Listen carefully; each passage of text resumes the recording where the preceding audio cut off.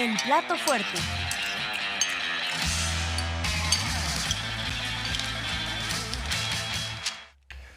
Y estábamos hablando de esto como paraguas, ¿no? De todo este encuentro internacional, que son pues, los mensajes de buena voluntad de China y Estados Unidos, y al mismo tiempo pues la contradicción que existe con pues ciertas tensiones que existen. De lo que habíamos referenciado hace rato, que fue pues los discursos inaugurales del foro APEC, creo que vale la pena nada más destacar lo que fue la respuesta de China, porque eso no lo habíamos comentado, respecto a esto que decía Joe Biden de no todo es color de rosa, aquí tenemos diferencias.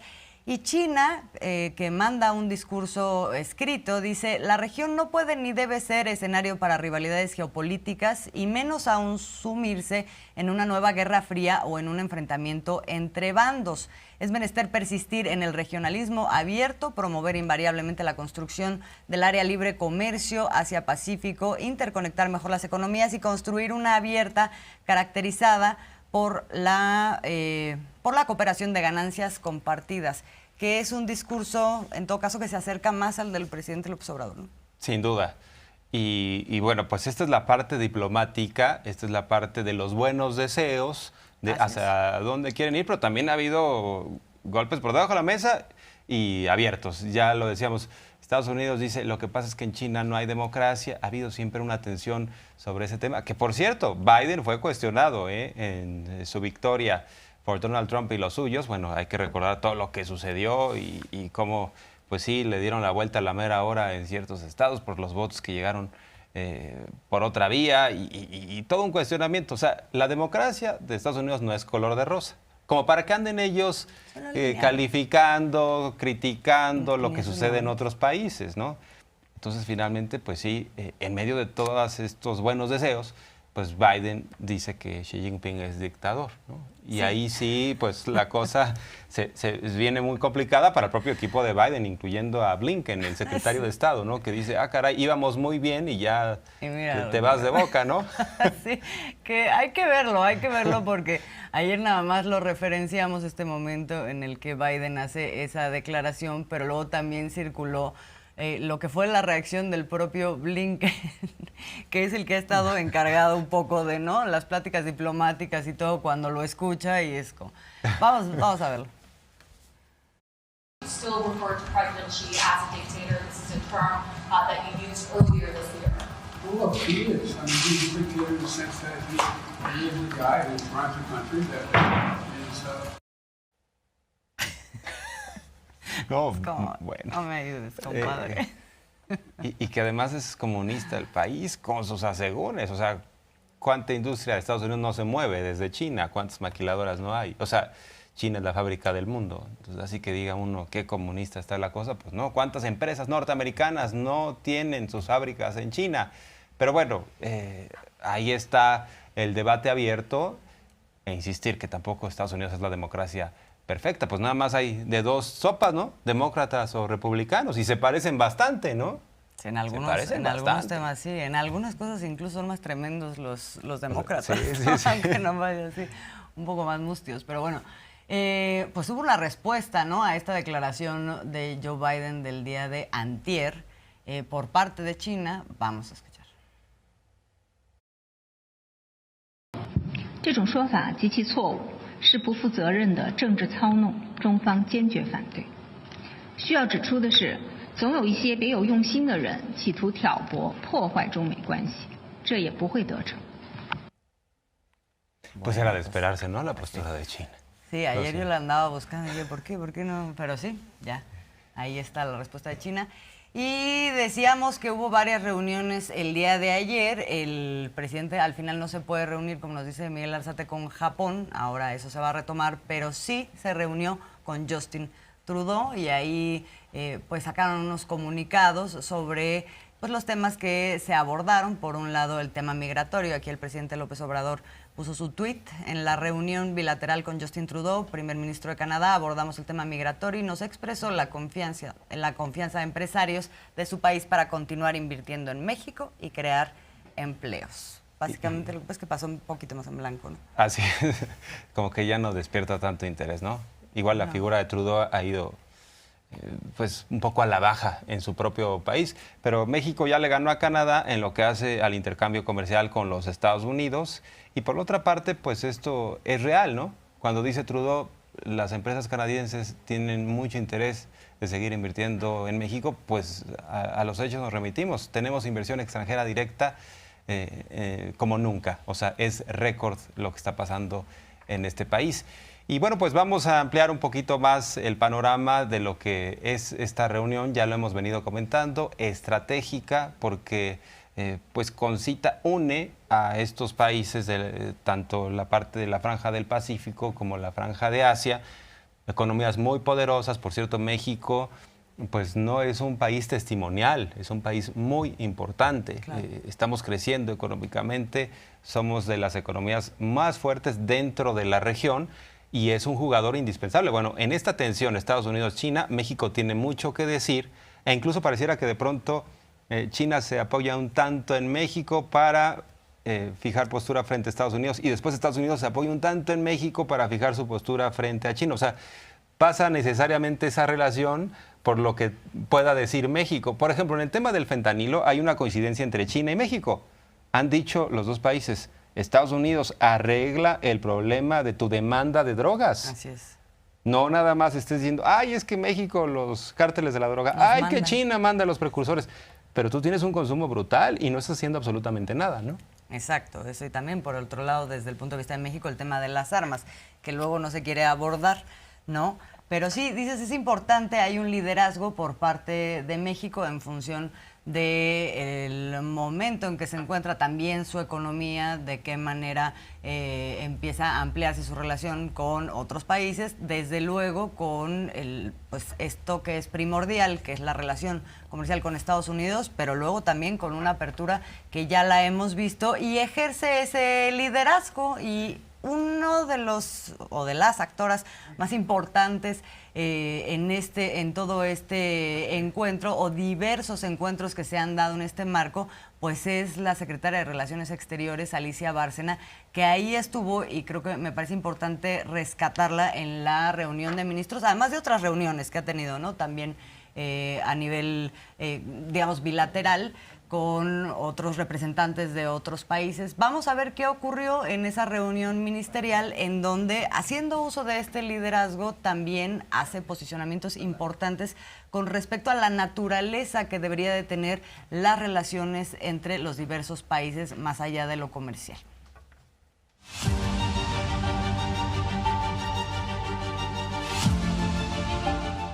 El Foro de Cooperación Asia-Pacífico tiene diversos ejes de acción y diversas figuras que trabajan en una agenda conjunta. Paralelamente al encuentro entre los jefes de Estado y de Gobierno, los ministros de esas 21 naciones, incluido México, sostuvieron la emisión número 34 del encuentro ministerial.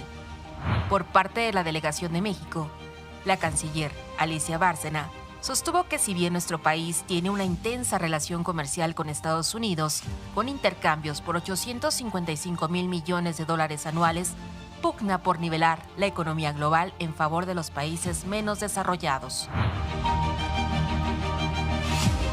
En el encuentro ministerial, Bárcena aseveró que México respalda un sistema multilateral de comercio basado en reglas muy claras que permitan superar las controversias, ratificar el encuentro Asia-Pacífico e impulsar el fortalecimiento de la Organización Mundial del Comercio, donde en su reciente reunión promovió soluciones creativas a los diferendos en la materia a escala global. Subrayó que nuestro país mantiene una relación estratégica con todas las economías que integran el foro mediante 14 acuerdos bilaterales de libre comercio. La delegación mexicana afirmó que a partir de nuestra ubicación geográfica, nuestro país ofrece una oportunidad para la unificación dentro de la PEC, que puede aportar resiliencia y mejor integración al cambio climático regional con las economías de América del Norte y América Latina. Bárcena destacó que las naciones de la región de América del Norte han impulsado estrategias que incorporen a las pequeñas y medianas empresas en los mercados globales. Más adelante, la canciller explicó el conjunto de acciones mediante las cuales nuestro país puede contribuir a intensificar el comercio en la región Asia-Pacífico. Destacó el proyecto del Istmo de Tehuantepec, se refirió al desarrollo de un proyecto ferroviario de 300 kilómetros en el Istmo, que puede ser una importante alternativa para el comercio de Asia con la costa este de Estados Unidos. Un proyecto que al mismo tiempo, aclaró, contribuye al desarrollo de esa zona de Oaxaca mediante el impulso de 10 parques industriales. Informó que México ha dejado de utilizar la mano de obra barata como principal atractivo para las inversiones extranjeras. Ahora, el país apuesta a la mano de obra joven, capacitada y talentosa como potencial de desarrollo. En paralelo, subrayó las políticas sociales que han revertido los niveles de pobreza y al menos 5 millones de mexicanos han salido de esa condición. Marisol Hernández, Mañanera 360.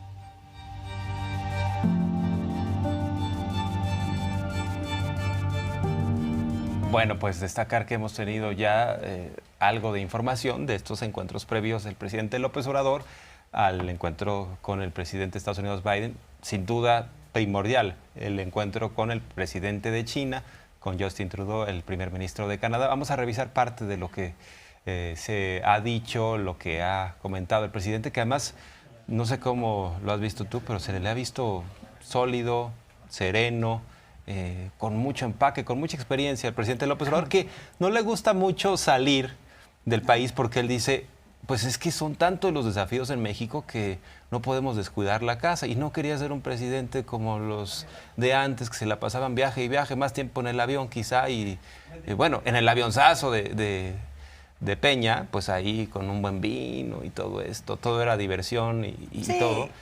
Y de alguna manera ha sostenido que la mejor política exterior es una buena política interior, y no se ha equivocado en el sentido de que su liderazgo en mucho ha estado marcado por el propio ejemplo de lo que ha venido haciendo México, que ahora es reconocido, y a partir de ahí, pues evidentemente el rol que puede jugar en el exterior es muy distinto y lo estamos viendo. Pero decías, Jorge Armando, ya ha habido, esto por la agenda que se espera para el día de hoy, ya ha habido encuentros previos entre el presidente López Obrador, que tiene una muy buena relación con Joe Biden, y el presidente de Estados Unidos. Nada más recordemos tantito de lo que han sido esos encuentros.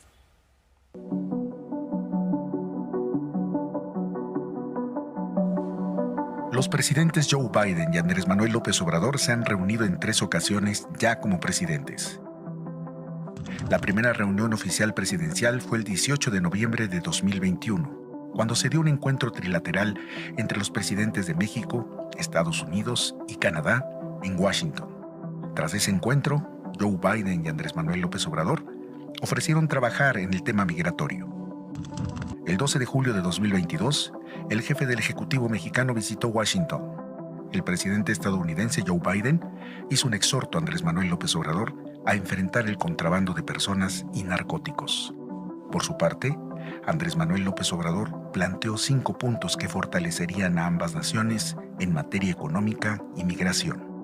Ordenar el flujo migratorio y permitir la llegada a Estados Unidos de obreros, técnicos y profesionales de las distintas disciplinas, mexicanos y centroamericanos, con visas temporales de trabajo, para asegurar que no se paralice la economía por falta de mano de obra.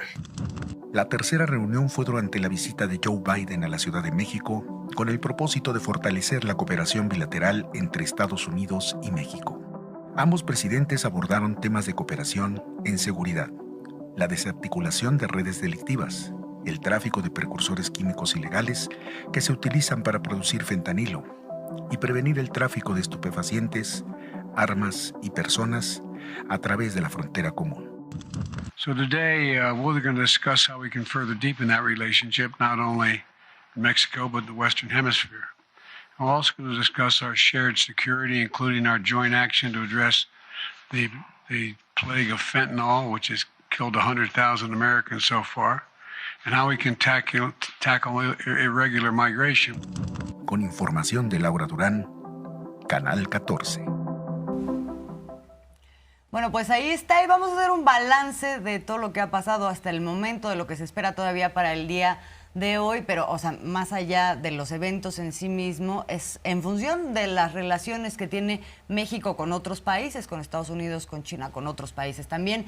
Y para eso le damos la bienvenida a la investigadora María Cristina Rosas. Ella es internacionalista, especialista en la relación de México con otros países, con Estados Unidos en lo particular. María Cristina, bienvenida. Muchísimas gracias por tomarnos la comunicación.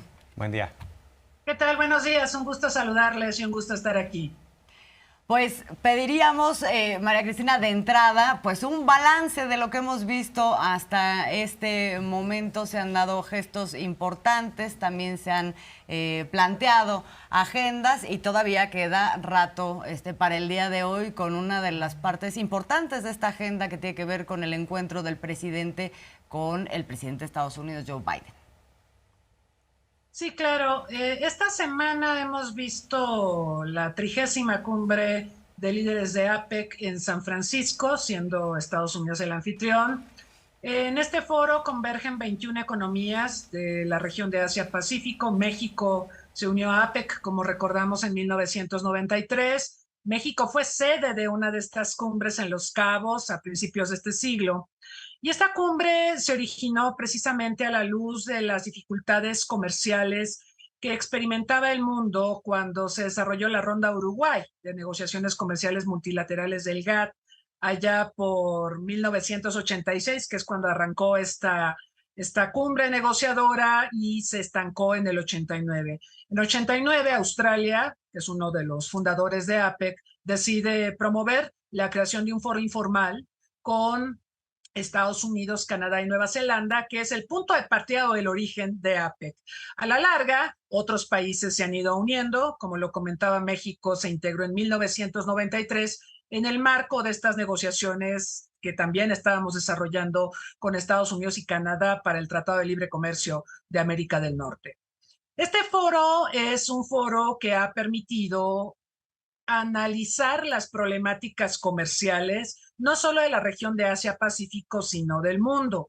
También este foro con 21 participantes es importante no solo por la reunión entre los 21, sino por los encuentros bilaterales. Y de hecho, esta semana hemos visto varios encuentros bilaterales muy interesantes. Yo destacaría el encuentro entre el presidente de China, Xi Jinping, y el presidente Biden, en medio de una de las peores crisis en la relación bilateral entre Estados Unidos y China, que si bien este encuentro bilateral no resolvió las principales controversias que hay en esa relación bilateral, por lo menos permitió restablecer el diálogo y tratar de solventar algunas diferencias, por ejemplo, a propósito del tema del fentanilo, donde China se compromete a combatir a las redes delincuenciales que lo procesan y lo envían a México para que a su vez los cárteles mexicanos lo remitan a Estados Unidos. También se llegó a otros acuerdos interesantes, por ejemplo, esto de mejorar el diálogo militar. Las dos son potencias nucleares, China y Estados Unidos. Las dos realizan una serie de maniobras militares en el mar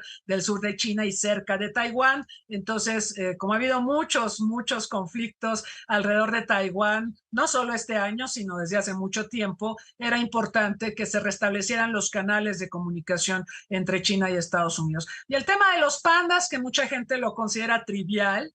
Esta semana me han entrevistado sobre el tema de los pandas. China desde hace 50 años entrega pandas a Estados Unidos como un gesto de amistad y de buena voluntad, pero los ha estado retirando desde el año pasado. Y este año ha sido tremendo porque los pandas más queridos del zoológico smithsoniano en Washington fueron retirados, y el que retiren pandas de Washington es un gesto de tensión, ¿no?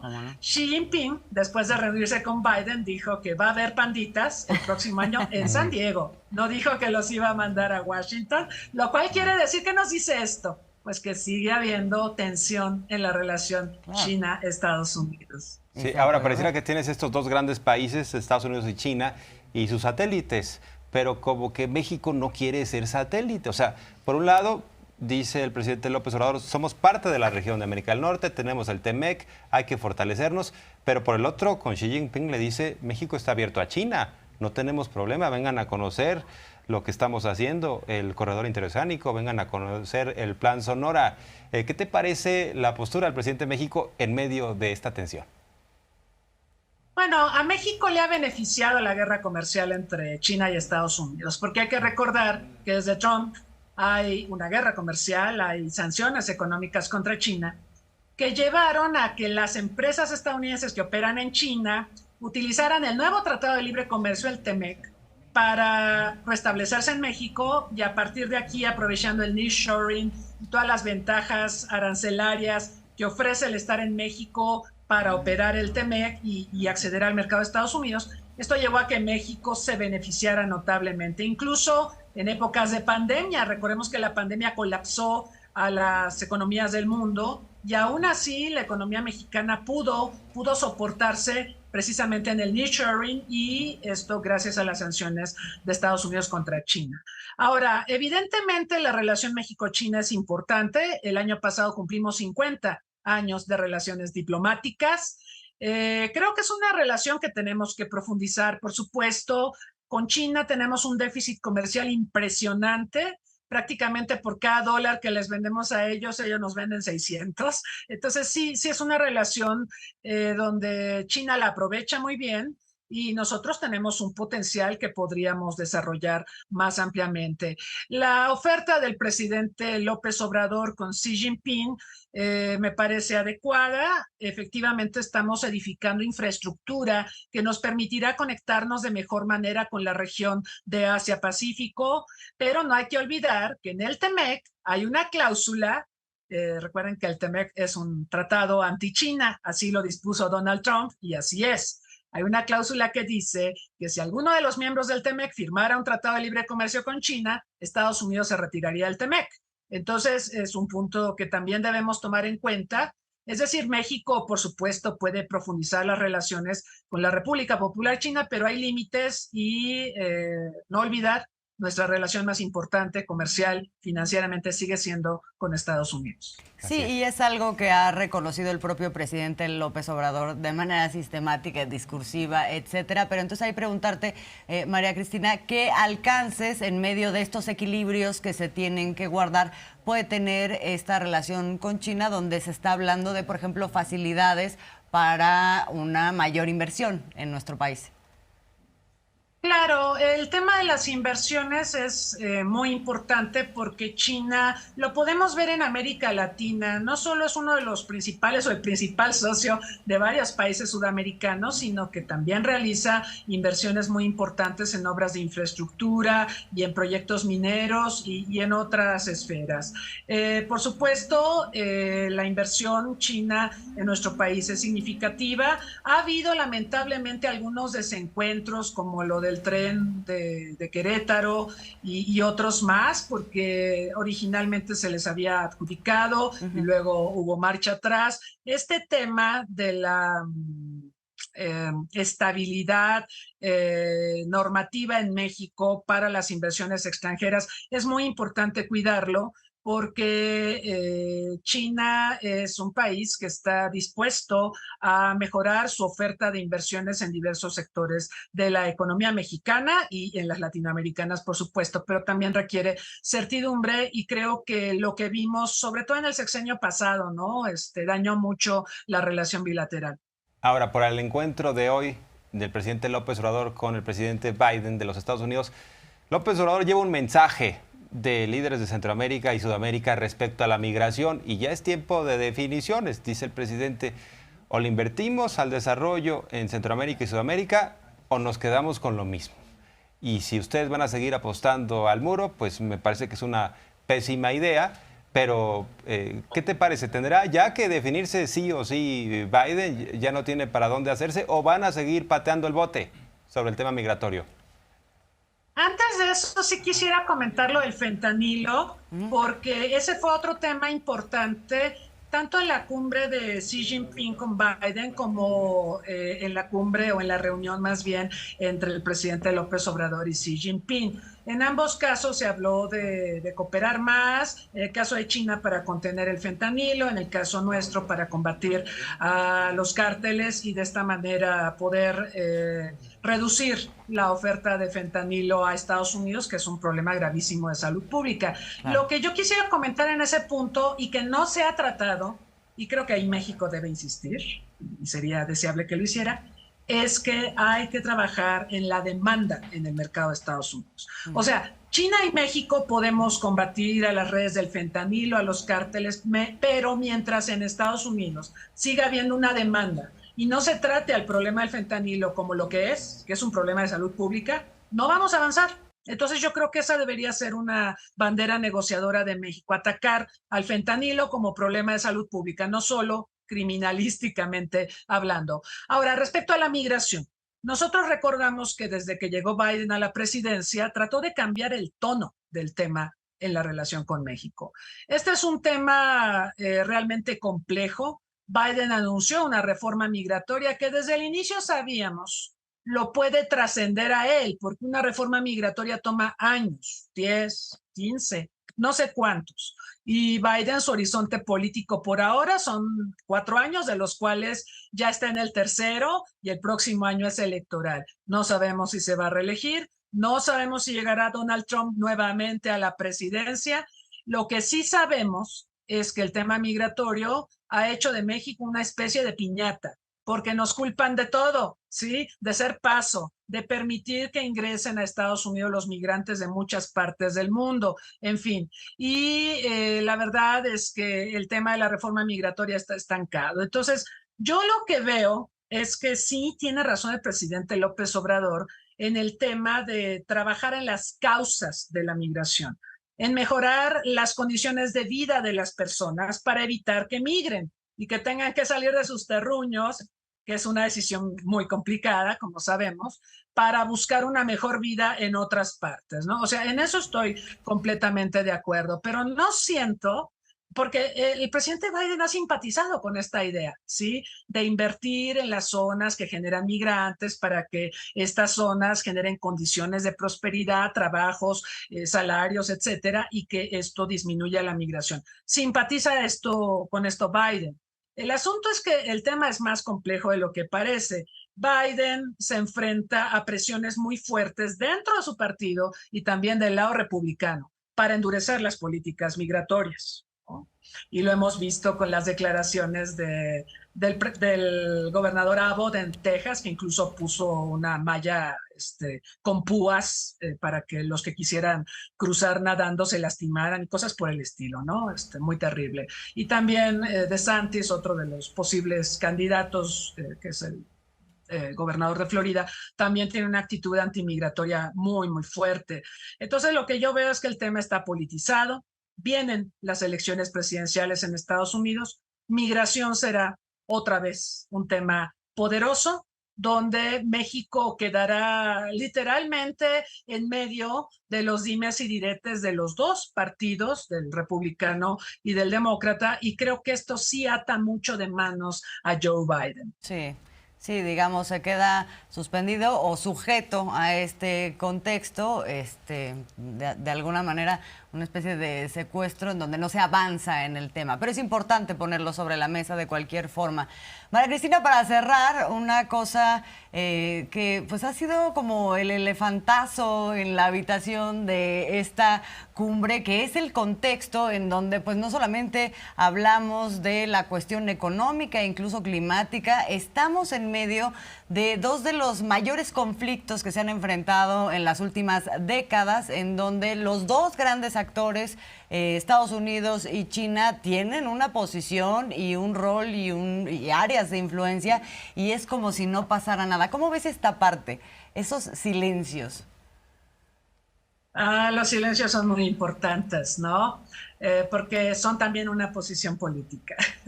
Claro. Entonces, por ejemplo, tenemos dos grandes conflictos mundiales en este momento simultáneamente, Rusia y Ucrania, y también el conflicto en la Franja de Gaza, donde los protagonistas son el gobierno de Israel y Hamás. Estos conflictos están impactando al mundo, y la gestión de Estados Unidos, nuestro vecino, de estos conflictos ha dejado mucho que desear. Lo que yo observo es un declive de Estados Unidos. Antes Estados Unidos, ¿se acuerdan ustedes? Era el artífice de negociaciones en Medio Oriente. Por ejemplo, Carter en aquellos acuerdos de Campo David que permitieron que Egipto estableciera relaciones diplomáticas con Israel. Fue el primer país árabe en reconocer la existencia del Estado de Israel. Y luego me acuerdo de Clinton, cuando después de los acuerdos de Oslo fomentó una negociación donde Israel reconoció que el Estado palestino podía existir y así. Estados Unidos ha sido artífice, ha sido el principal gestor. Hoy vemos un conflicto en Medio Oriente donde incluso al secretario Blinken ni siquiera lo reciben gobernantes de la región de Medio Oriente, ¿no? Tuvo que viajar Biden en persona, se tuvo que apersonar para empezar a iniciar diálogos y tratar de hacer alguna gestión. Eso mientras que China y Rusia se han posicionado en Medio Oriente. Y respecto al tema de Ucrania y de Rusia, este conflicto en este momento ha pasado a ocupar un segundo plano de importancia. Correcto. Se sigue desarrollando, por supuesto, sigue habiendo combates, sigue habiendo una crisis de refugiados, de desplazados internos mayúscula, pero el foco me parece que en este momento lo acapara Medio Oriente. Y el hecho de que estos temas no se hayan abordado en el encuentro, por ejemplo, entre Xi Jinping y Estados Unidos, y estos silencios de los que hablaban ustedes, hablan de que hay un terrible, profundo, enorme desacuerdo entre Estados Unidos y China respecto a la conducción y el liderazgo en políticas exteriores en torno a estos dos conflictos por parte de cada uno de ellos. Pues aprendimos mucho, sin duda, con esta conversación. Muchas gracias, sin duda. Hay patadas por debajo de la mesa que no estamos observando seguramente. Muchas gracias, estimada. Gracias, María Cristina. Esperamos poder hablar contigo próximamente. Claro, como siempre, un placer. Buen día. Gracias. Buen día.